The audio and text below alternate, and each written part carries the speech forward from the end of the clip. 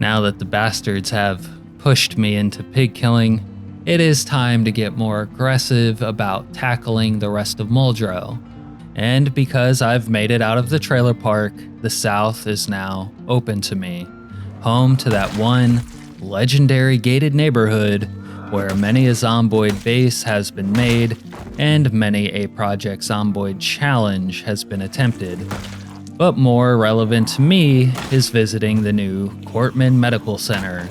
I can probably use the meds, but I really just want a tour of the new facility. But this is Build 42 and making progress would be slow as always. Though I do have to say I was finally starting to become somewhat effective with guns. And now that I was finally expanding into the greater Muldraugh area, it's also time to start renting an apartment in town. One, because it's free, and two, because I can spend less time driving and more time borrowing goods from my neighbors because they don't need them anymore. But back at home, I should say, pig slaughter notwithstanding, weight is still an issue. And I suppose I might as well just add it here that one of the things about this playthrough and the Starving Zombies mod is how it seems to ramp up the zombie migration effect. Every time I've cleared an area, seemingly pretty thoroughly, I was often surprised to visit it time and again, only to find more zombies have showed up there, and from pretty far away, just to eat their fallen comrades. Anyway, picking things up on the 18th and 19th of August, I would be fighting and looting my way through the South, and I managed to get inside the grocery store next to the Cortman Medical. But once again, the insanely rare loot settings decided to teabag me, and I would leave with jack shit.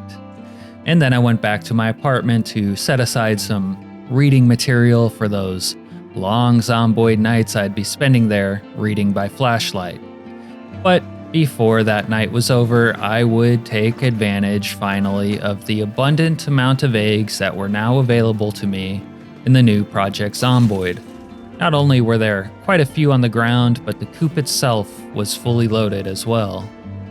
Now, for the next week, I would of course continue fighting and looting because that's what you do in Project Zomboid, but I would also take the time to improve my base. And even though my food insecurity issues were still present, for the first time in the playthrough, I was at a point where I felt like I didn't have to push so hard in order to survive. Yeah, I might dip underweight once again, but I have fought my way out of my neighborhood, and I have access to more and more loot locations. So you could say things are looking up. Anyway, on the 20th, I got into the restaurants along the highway in the north, and I did hit 75 pounds again. But by that evening, I was double tick marked up and heading in the right direction. Then for the next 3 days, I didn't leave my base because I was beginning to set myself up for livestock and future crafting operations. Now for the 25th, I would take out my first bone hatchet. Honestly, it wasn't that good and the sound was kind of dull, but still, it's cool to have a bone hatchet. And then, out on the town with my bone hatchet, I would of course get into a little bit of a slugfest with the Zeds in the restaurant district, but by the evening I did make it into the Zippy Mart, though like every other grocery store so far, it was relatively fucking empty. Anyway, on the 26th I got myself my second vehicle, and I continued the restaurant district slugfest. At this point in the playthrough, I was pretty much just chipping away at the Zeds where I could because I really had no way available to me to get through them quickly. Of course, subsequent to this playthrough, I have since realized how good running over Zeds with a vehicle is, but at the time, I was ignorant. And also with the new combat restrictions, even with max strength and max fitness characters and, honestly, good weapons, you just can't chew through Zeds the same way as you could before. And not even guns are that helpful because they take a while to level, and they are not as powerful as before. And for this playthrough, whenever I did get ammo, I pretty much spent it about as fast as I could, just in an effort to someday make guns actually useful, which in my experience is probably about level 3 at the earliest.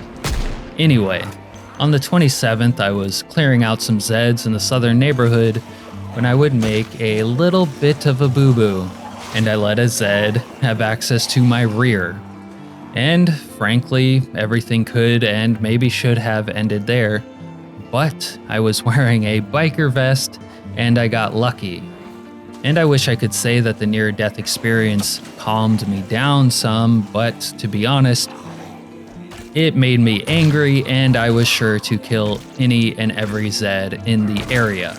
And then that evening I calmed down after I went home and, did some welding and base chores, and then I spent the next couple of days cleaning up my base and crafting and, of course, looking for my wayward rooster, Randall Cunningham, because he was always wandering off.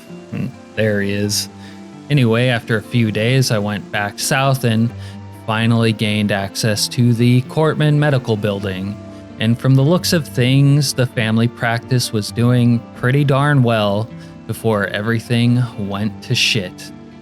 And then, being the hater of commuting I am and the residents being so nice, I decided I might as well spend the night there. I mean, what the fuck? And then the following morning, I battled my way into the gated neighborhood, making use of the .44 revolver and, of course, my trusty metal pipe. At this point in the update cycle, pipes were still pretty strong. They've been nerfed a little since then, but overall they're still a strong option in the weapon hierarchy. Anyway, I wouldn't fully clear the neighborhood this time, but I did raid another chicken coop before heading back. And seeing as it's the end of August, we might as well check in on our progress. We were able to get back up to 80 pounds, which is good, but we are running light on food again. And despite all the loot I've had access to lately, I still have not hit a sustainable food trajectory. As far as skills go, we've almost hit axe level 6 and short blunt level 5, which is nice, but I've found that until you hit about level 8, you don't feel all that powerful with melee weapons. We've also hit aiming level 3, which does at least make those guns a little more worthwhile. But my carpentry, on the other hand, I've been looking everywhere for that next book and I still have not found it.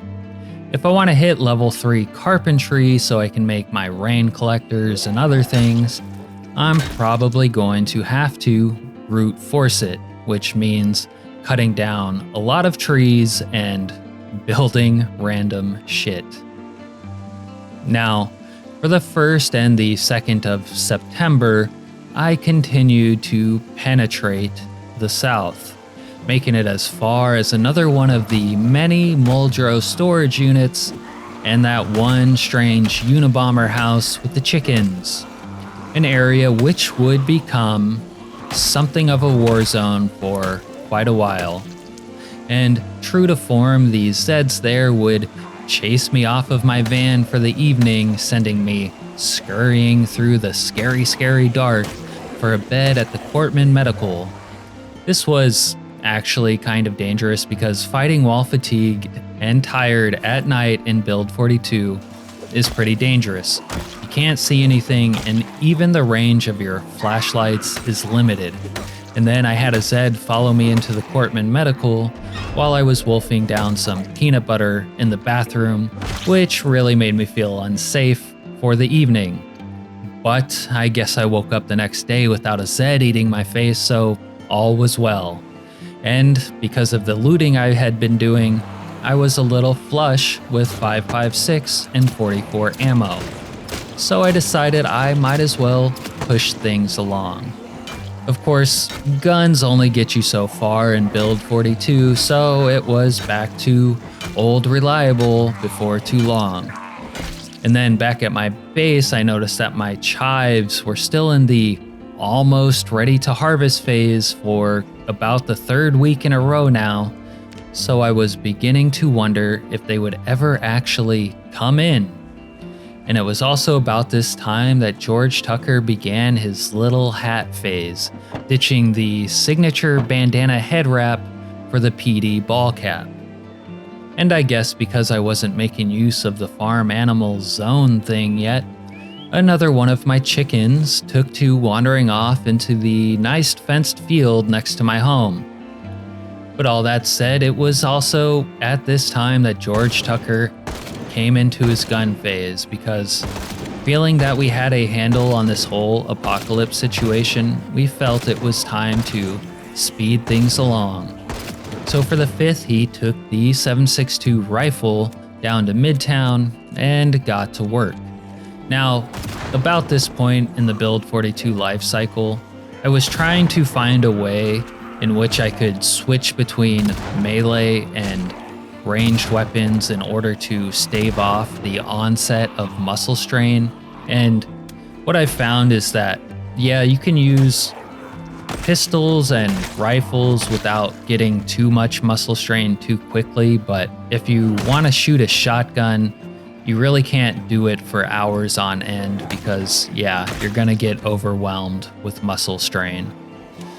Anyway, this was also a point in the update cycle too, when Rain's gun mod still had an ammo indicator on the upper left-hand side. Recent updates have broken this, and I gotta say I miss it, and it's actually probably gotten me killed that it isn't there.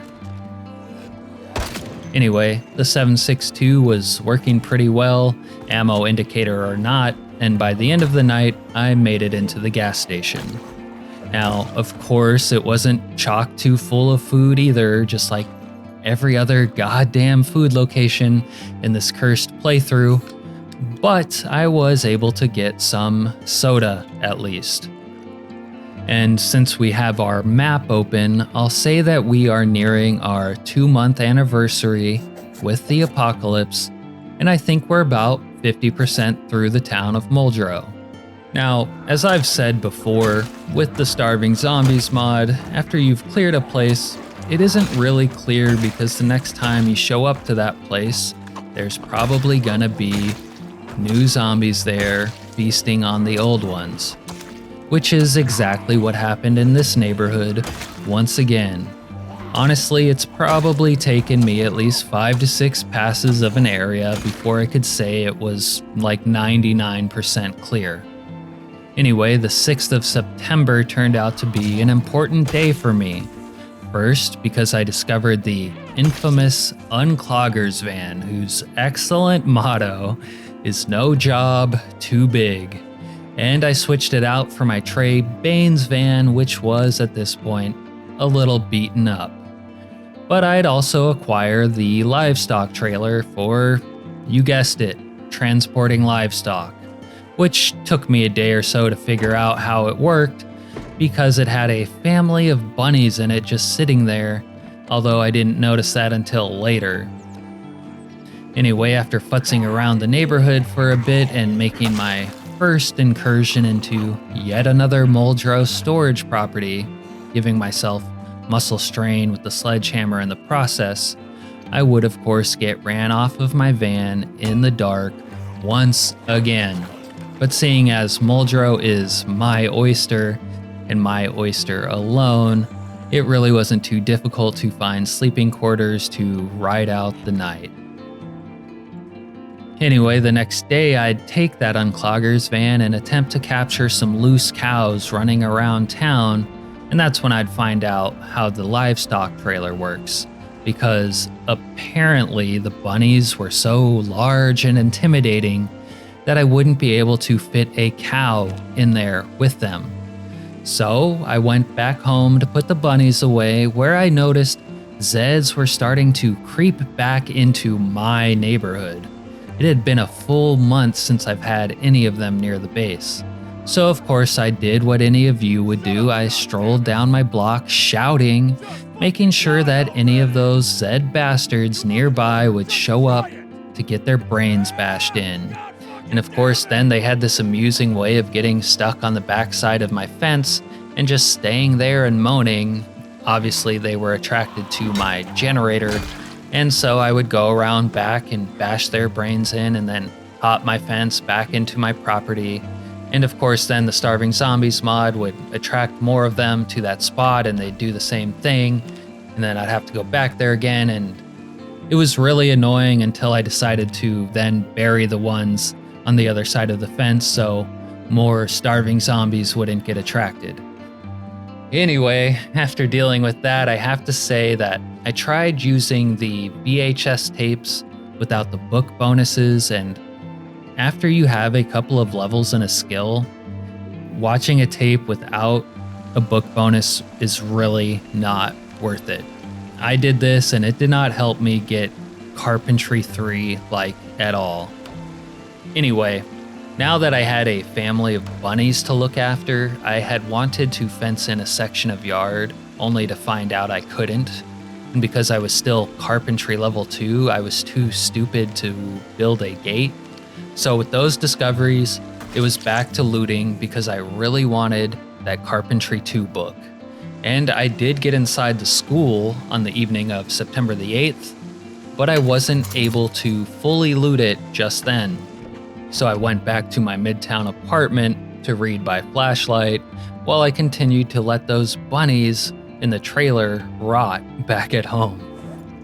And let's just say that over the next couple of days I would get into the school, but I still would not find the Carpentry book.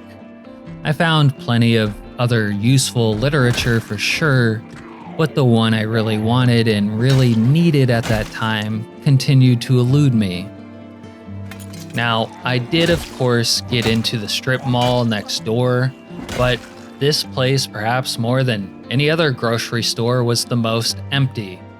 And then after that, something happened that pissed me off even more than being forced to kill an innocent, juicy, plump, and exceedingly succulent little piggy.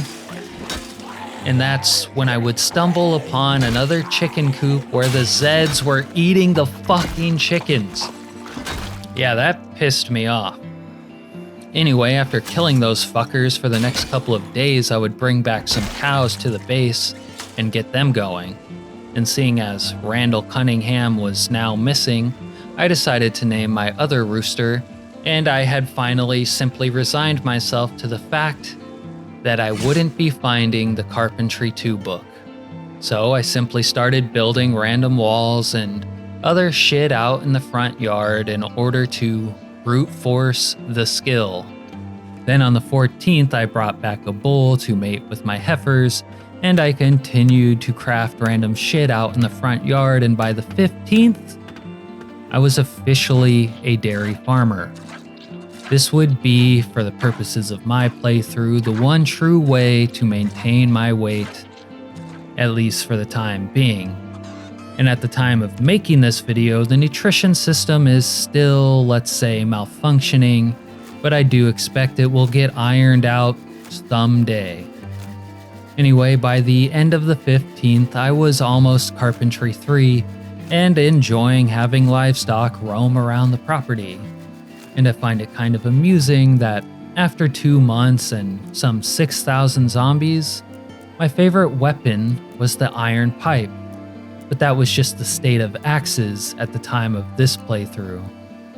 They've actually gotten a little better since then, while at the same time, pipes have been nerfed a little. Anyway, on the 16th, the rainy season kicked off, so I began role-playing as a person who wears trash bag ponchos, and I gotta say I like role-playing as someone who wears trash bag ponchos.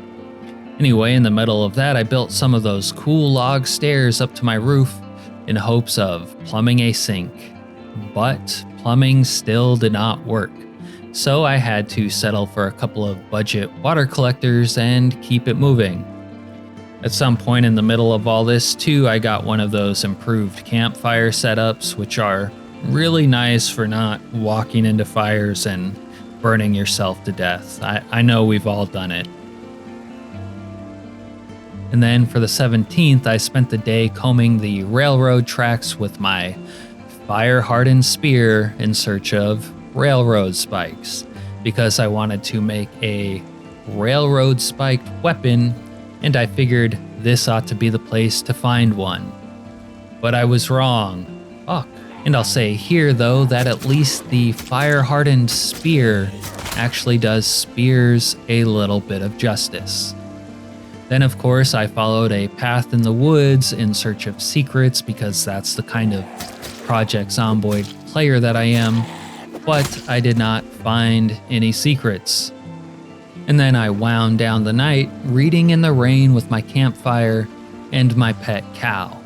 And I gotta say, I kind of have enjoyed the vibe of these sorts of nights in the new Project Zomboid.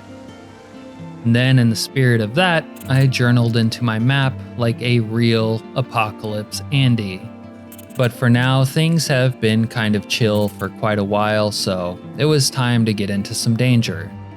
And I would accomplish that by going to the Midtown gas station, because up until this point I've been entirely dependent on siphoned gas I'd been sucking out of people's tanks.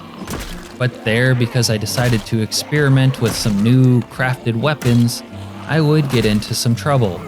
Now, I had crafted one of those saw blade plank axes because it seemed kind of cool, and well, it happened to exhaust me really quickly. And then being on the frontier of Zed country, I wasn't able to easily get a rest in. And I would end up getting maximally exerted and struggle to get that rest in until I got into a neighboring yard and sat down. Although after that, it would be difficult to actually fill up the tank of my van, because the Starving Zombies mod was constantly drawing in more and more zombies to my location. Anyway, I did get it done eventually, and then back at base, I'd experienced the infamous chicken dupe bug. So I had to shut down the chicken coop. But let it be known, by the end of that night, I was firmly in control of my weight gaining issues.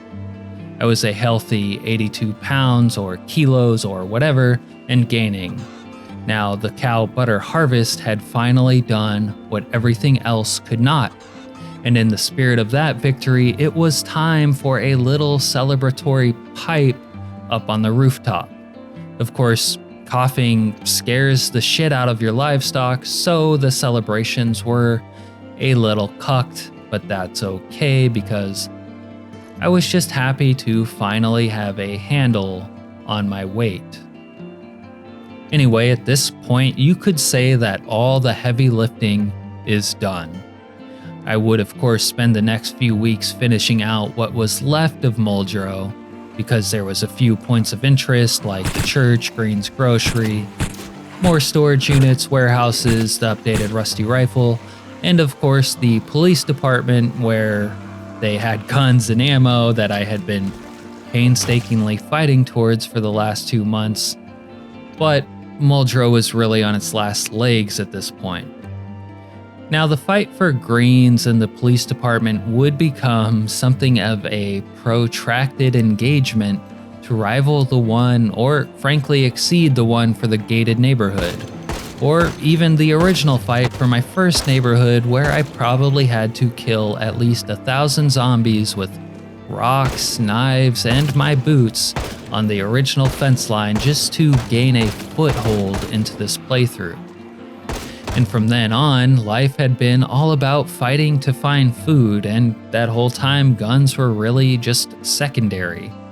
But by the time I was able to loot Greens, which actually had food for once, food was now an afterthought. And they had some of those dried goods I really could have used to maintain my weight. But now that I was that dairy farmer, I didn't need them anymore. Anyway, pushing down just past Greens to the police department would take even more effort than it did to get to Greens. Honestly, it probably took at least 2 weeks to get through all the Zeds guarding the police department, but in the end, I was finally a gun-toting Kentuckian, the way God had always intended. But at that point, almost everything that moved in this shithole town known as Muldraugh, except for me and my livestock, was already dead. And in a way, now guns were sort of irrelevant.